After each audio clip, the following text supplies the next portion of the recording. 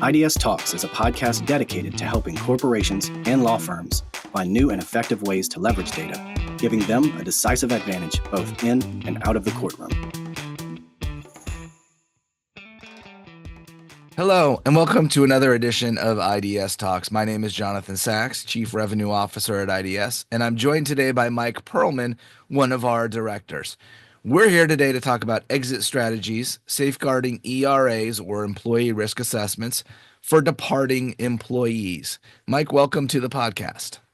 Thank you, Jonathan. Good to see you again. Good to see you. So my apologies to you and to our regular listeners who may hear that my voice is a little different. Apparently, I've brought back a cold with me from Spain. So we're all going to suffer through it. But I was so excited about this topic and getting to talk to you, Mike, that there was no way I was going to delay our recording. So we're going to jump right into it. Now, you got involved in forensics when you were like 3. So understand that as I asked you this first question, all right? Based on your years of experience as a forensic investigator, I want you to share what are some common indicators that would suggest a departing employee may pose a risk to an organization's sensitive data. Oof, that's a great question. I know they're all great because I'm the podcast moderator. That's why I asked the question. Go ahead. Sorry. Being that I'm only 6 years old and have Right. been doing this for 3 years or so, there are different areas and different people in different companies approach the red flags, I guess, in different ways. So one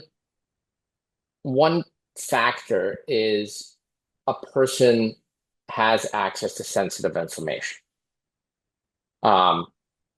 And sensitive information in a way where a company may consider that to be something that is so important to their work that somebody else having access to that information, like a competitor, would be detrimental. So it could be sales information, right? It could be, how do we price our work? How do we price our products? Who are our vendors and where do we get our materials from? It could be things like design plans for the upcoming, widget that we're making. And if a person has access to that information and they're leaving, that is something that always causes concern. And the question comes up, well, are they taking that data? What's happening with that data? Right? That's always big. Sometimes you don't know what information these people have access to, but you know that they have expressed frustration with a company and made an offhanded remark to someone that I'm just going to leave and go to a competitor. That is very often enough to start the process rolling, to go, oh, okay, what's going on? Why? What are they talking about? There are times where we find out much later in the process that information has hit an industry, or it has hit a certain trade that really was very, very private to a particular company. We find out that, yes, that employee was part of the previous company. And the question is, how did that information now leave the former employee and end up in a new employer? And we take it from there. Got it. So if they have access to the secret recipe, you probably want to keep tabs on them when they leave. You also probably want to keep tabs on the secret recipe.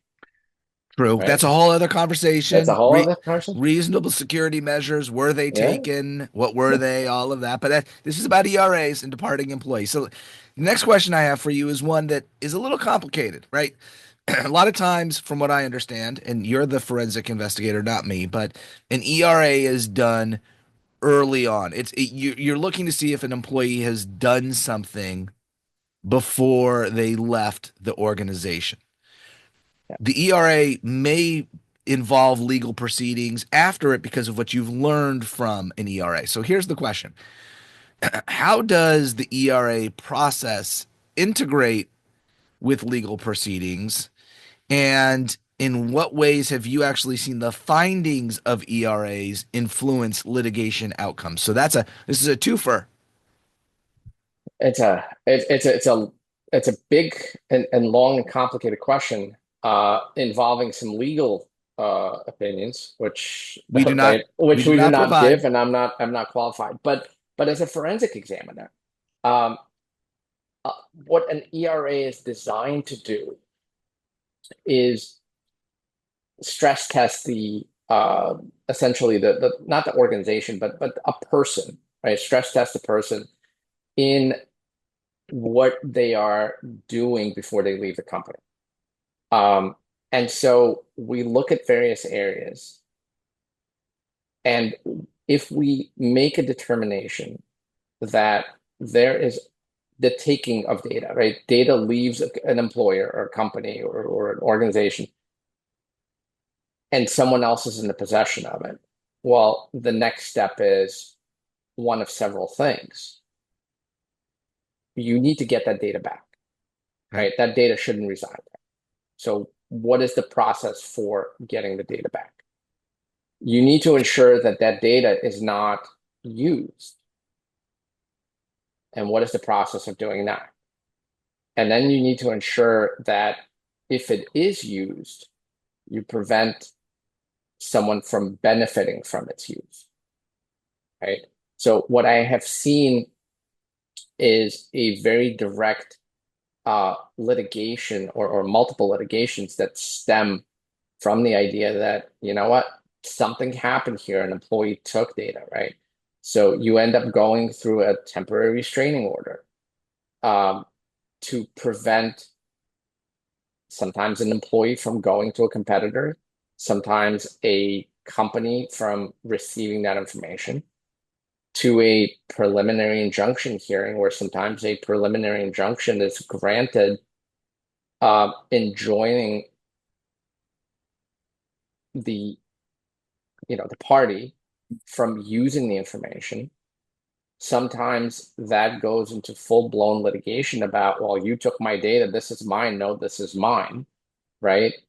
And it goes from a small scale, inexpensive assessment, right, which is an A in ERA is an assessment, to sometimes, $1 million, multi-million dollar litigation between parties, because obviously not something that I'm opining on, but uh, the value of the information that was taken may be so large that it's worth commencing a $1 million litigation to recover $100 million worth of something, Right.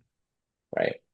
So we have often seen that happen. We've also seen people prevented from working at a competitor, right? We have seen really good, because most people are good, right? So we have seen good companies turn away bad employees, bad apples, where when they realized that something happened, they said, we don't need this. We'll clean up our systems and we will not hire this employee. Right. So the bad apple sort of falls off the tree and ends up on the ground in a way. So clearly, it seems like ERAs are important in certain situations, right? Definitely something organizations should think about. But this next question I have for you is really geared toward organizations as they're thinking about ERAs and their concern about balancing the need for the ERA with concerns about the employee's privacy. So what advice do you have with respect to this, that balance between the corporate need for the ERA and the potential issues around privacy in that employee? A lot of what iDS does as part of ERA is related to metadata. And so a lot of times an employee's privacy, not all the time, but a lot of times, can be constrained by not looking at the specifics of the data that is involved in the systems and devices, right? It may be enough to know that there was a USB drive that was connected that had corporate secrets based on file names, right? At that point, you can put protocols around what data gets viewed, how the data gets viewed, what designations you can make towards that data, right? Downloads of specific documents that may indicate they are company information is enough to proceed with that. Now, there are certainly, policies behind use of company devices for personal personal use, right? And so should you have that, it's a whole separate conversation based on who makes policies and what the policies look like. But in terms of protocols, there are ways to limit what information actually gets looked at. So personal health information, medical records that some people have, 401k and banking statements, right? They may not be very important in the context of a particular employee risk assessment.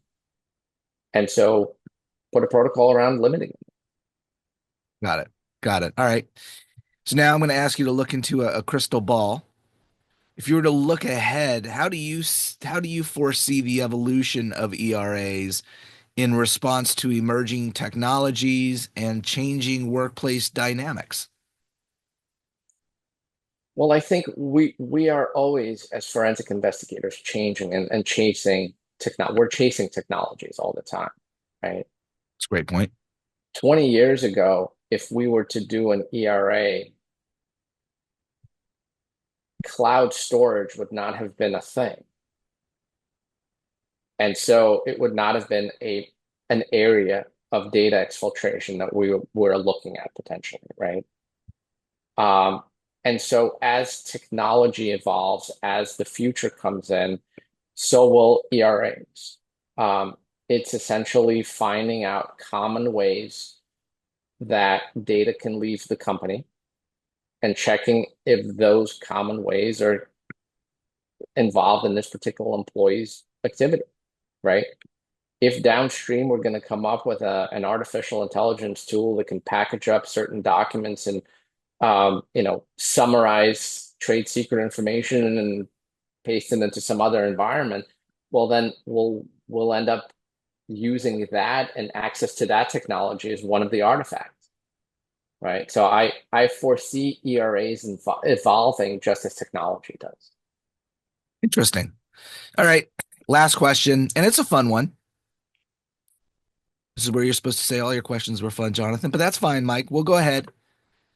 Last question. If you could go back in time and run an ERA on any historical figure from the business world before they left their company, who would it be, and what kind of red flags do you think you'd find? Oh, that's a tough one. That one is the best question you've had so far. Save the best And for they were last. all great and fun. Yeah.